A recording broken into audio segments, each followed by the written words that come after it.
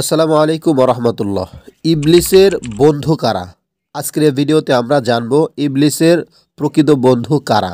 একজন মুসলমান হিসাবে আমার কোন কর্মকাণ্ডের কারণে আমি ইবলিস শয়তানের সঙ্গী হয়ে যাই, আল্লাহ রাসূলের আইন তাদের আদেশ নিষেধ থেকে দূরে সরে যাই।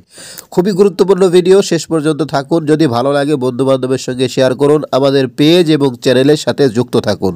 প্রিয় বন্ধুরা, নবী করিম সাল্লাল্লাহু আলাইহি ওয়াসাল্লাম বললেন, আমার উম্মতের মধ্যে তোমার দোস্তু কতজন?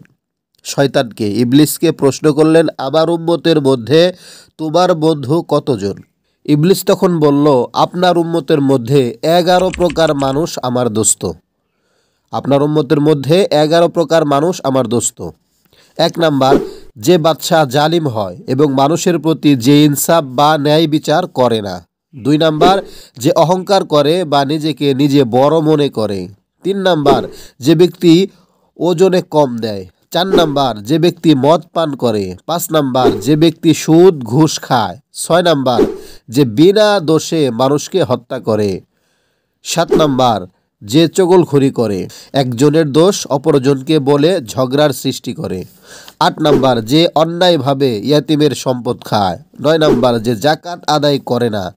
10 নাম্বার, যে আখিরাত অর্জন করার উপর দুনিয়া অর্জনকে অগ্রাধিকার দেয়। 11 নাম্বার, সর্বশেষ ওই ব্যক্তি যে আশা আকাঙ্ক্ষাকে বাড়াতে থাকে এবং মৃত্যুকে ভুলে যে 1000 বছর বাঁচার মতো আশায় লিপ্ত হয়। এই 11 প্রকার মানুষ হলো শয়তানের বন্ধু।